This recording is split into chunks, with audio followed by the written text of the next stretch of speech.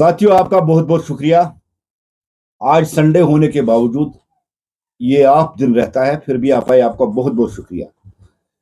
मेरे साथ मेरे लेफ्ट में हमारे जम्मू कश्मीर के स्पोक्स पर्सन इंजीनियर साहिल बशीर भट्ट साहब, और मेरे राइट साइड में एक और हमारे spokes person Jammu Kashmir Bharatiya Janata party Danish Bhatt साहब।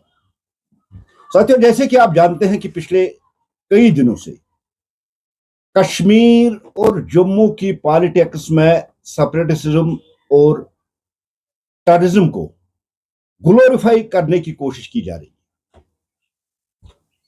आप सब जानते हैं, पर्सनैलिटीज और लेजेंड्स के नाम पे मकबूल भट्ट जैसे टेररिस्ट को शहीद कहा जाता है। गिलानी, मसरत आलम, शबीर शाह, जिन्होंने सारी उम्र यूनियन ऑफ इंडिया के खिलाफ जंग छेड़ रखी थी, उनको लेजेंड्स और उनको हीरोज का दर्जा दिया गया। और वो भी दर्जा किसने दिया? नेशनल कॉन्फ्रेंस वाली गवर्नमेंट, जिन्होंने एक सोची समझी साजिश के जरिए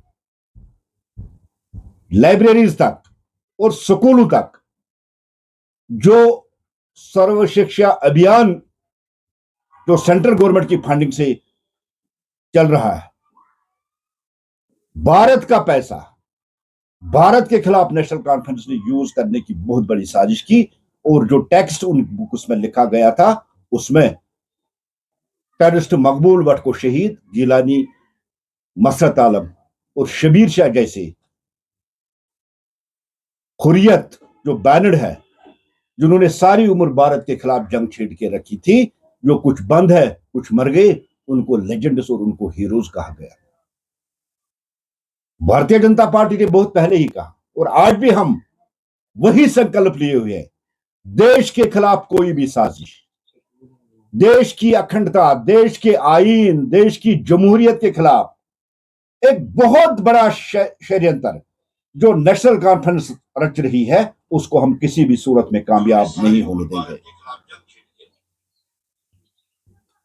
शबीर शाह, मसरत आलम जैसे स्टून पेल्टिंग कराने वाला हार्डकोर दहशतगर्द, उसको लेजेंड, उसको पर्सनलिटी कहने पे भारतीय जनता पार्टी ने तब भी शोर उठाया था, ऐतराज उठाया था, और आज भी हम। अब जहां तक नेशनल कॉन्फ्रेंस गवर्नमेंट का सवाल है, ये टेररिज्म को ग्लोरीफाई कर रही है, ये सेपरेटिज्म को ग्लोरीफाई कर रही है। ये यहां के बच्चों, जो छोटे छोटे बच्चे हैं, उनके जहन और उनके दिमाग में गिलानी, मसरत आलम और शबीर जैसे शाह जैसे लोगों को उनके जहन में एक हीरो की तरह पेश कर रहे हैं, जो देश के खिलाफ बहुत बड़ी साजिश है, जो देश की एकता के खिलाफ बहुत बड़ी साजिश है। हमने पहले भी मांग की, पहले भी हमने डिमांड की, जो कसूरवार है उनको अरेस्ट किया जाना चाहिए, उनको सजा मिलनी चाहिए। लेकिन उसके बरक्स हमारी एजुकेशन मिनिस्टर साहिबा चुप करके बैठी है, और उसके बाद हमारे चीफ मिनिस्टर साहब उन्होंने अभी उस पर मुंह भी नहीं खोला। ये इनडायरेक्टली सपोर्ट कर रहे इसको, इसलिए उन्होंने खामोशी अख्तियार की है। भारत के आईन, भारत के कानून ने जिसको दहशतगर्द डिजिग्नेट किया, जिनको बैन किया, जो दहशतगर्द एक्टिविटीज में शामिल है, वो भारत के रियासत जम्मू कश्मीर के टेक्स्ट बुक्स में कैसे एक शहीद और लेजेंड की तरह उनको पेश किया जाएगा, ये एक बहुत बड़ा सवाल है। ये एक बहुत बड़ी साजिश है नेशनल कॉन्फ्रेंस की। दोबारा से यहां टेररिज्म और दोबारा से यहां सेपरेटिज्म को रिवाइव करने की कोशिश की जा रही है। हम सब जानते हैं कि नेशनल कॉन्फ्रेंस के वादे, नेशनल कॉन्फ्रेंस के कमिटमेंट और उनकी जितने भी वादे थे, वो सारे फेल हो चुके हैं पूरे 2 साल में। इसलिए फिर एक शगुफा कश्मीर और जम्मू के लोगों की जज्बातों के साथ खिलवाड़, जम्मू कश्मीर के लोगों की उमंगों, उनके आशाओं के साथ खिलवाड़, और एक नए शोबे के तहत आज ये गिलानी को लेजेंड कह रहे हैं, शबीर शाह को लेजेंड कह रहे हैं, मसरत आलम जैसे खूंखार दहशतगर्द को ये लेजेंड और हीरो कह रहे हैं। याद होगा नेशनल कॉन्फ्रेंस अभी जंतर मंतर पे धरना देने की जो अनाउंसमेंट कर चुके हैं, इसका भी बहुत एक गहरा कनेक्शन है। आज पीओके में एक तहरीक चल रही है पाकिस्तान के खिलाफ और वो उनको कह रहे हैं हमें खुला छोड़ दो, हम भारत के साथ जाएंगे। लेकिन हमारी नेशनल कॉन्फ्रेंस पाकिस्तान कहने वालों को, आजादी कहने वालों को इनविटेशन दे रही है कि जंतर मंतर पे आइए। क्या मैसेज देना चाहते हैं? इसके पीछे बहुत बड़ी साजिश ये है कि जो जुल्म, जो जबरदस्ती आज पीओके में हो रही है, उसका दुनिया को उससे ध्यान हटाने के लिए अब इन्होंने जंतर मंतर चुना। ये पाकिस्तान की डायरेक्शन में सब कुछ हो रहा है। टाइम क्या चुना इन्होंने, वक्त कौन सा चुना इन्होंने? जब पीओके में खून की होलियां खेल जा रही है, जब पाकिस्तानी आर्मी घसीट के उनको गोलियां मार रही है, और आज तक नेशनल कॉन्फ्रेंस की पार्टी ने पीओके पे एक लफ्ज भी नहीं बोला, एक लफ्ज भी नहीं बोला। क्या वो नहीं समझते हैं पीओके हमारा हिस्सा है, वहां के लोगों पे जुल्म और तशद्दुद हो रहा है? एक वर्ड भी हमारे चीफ मिनिस्टर या उनके किसी मिनिस्टर या उनके किसी प्रवक्ता ने आज तक नहीं बोला। क्यों? पाकिस्तान नाराज होगा। शहीद किसको कहा जाता है? जो देश के लिए जान दे दे, जो वतन के लिए जान दे दे, उसको शहीद कहा जाता है। जिस टेररिस्ट को भारत के कानून ने डेजिग्नेट टेररिस्ट किया, फांसी लगाई तिहाड़ जेल में, नेशनल कॉन्फ्रेंस उसको शहीद कह रही और वही टेक्स्ट या स्कूलों में भेज रहे हैं ताकि यहां की जो नई नस्ल, जिनके दिमाग में भारत के तहिए प्यार है, भारत का झंडा जो उठा रहे हैं, जो तिरंगा रैलियों में शामिल हो रही है, उनका जो माइंड है उसको चेंज करने की बहुत बड़ी साजिश है। और वो चाहते हैं कि उनको फिर वही पुराना वाला कश्मीर, जहां बम हो, ग्रेनेड हो, गोलियां हो, पत्थर हो, कैलेंडर हो, हड़ताल हो, उस पर वो आ जाए।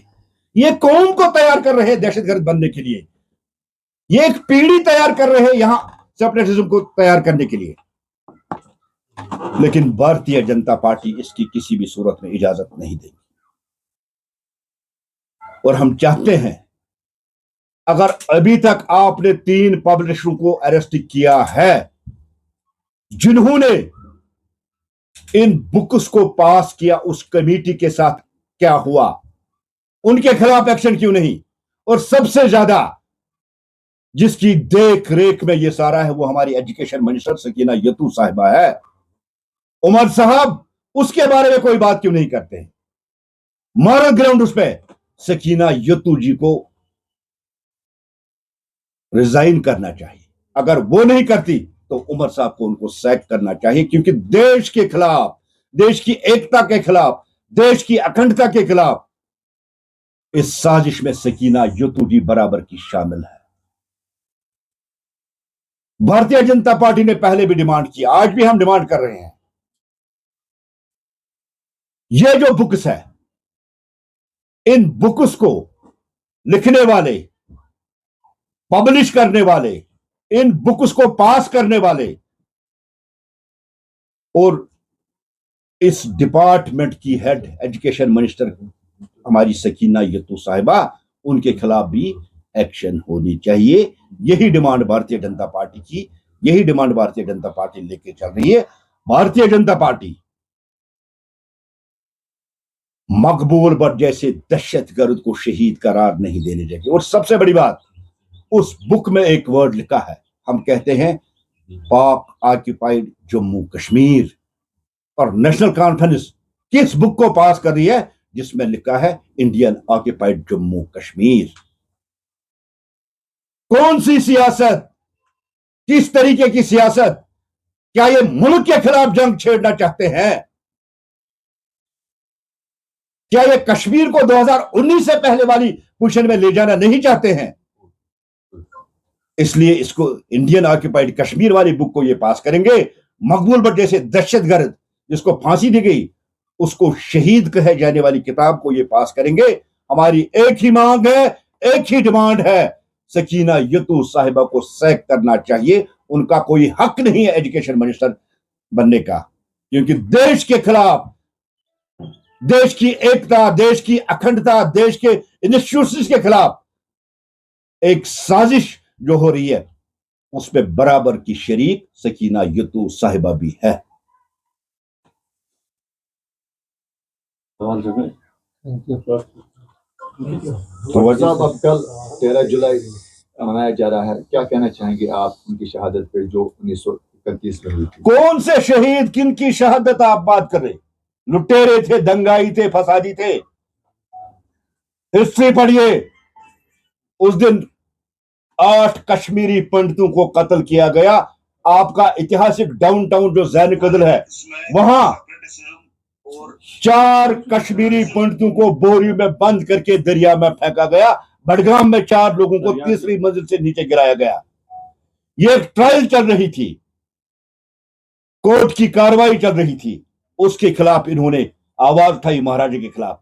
और उसका मास्टरमाइंड कौन था? आप सबकी नॉलेज के लिए मैं कह दूं, कादिर था जो लाहौर का रहने वाला था, जो मास्टर आदमी था दंगे और फसाद करने में। कश्मीरी पंडित हमारे अंग का एक अंश है, कश्मीर का एक हिस्सा है। और कश्मीरी पंडित समाज इस दिन को बट लूट दिवस के तौर पर, ये कश्मीरी वर्ड है, बट लूट दिवस, जिस दिन कश्मीरी पंडितों के प्रॉपर्टी को लूटा गया, दुकानों को जलाया गया, उनके मकानों को आग लगाया गया।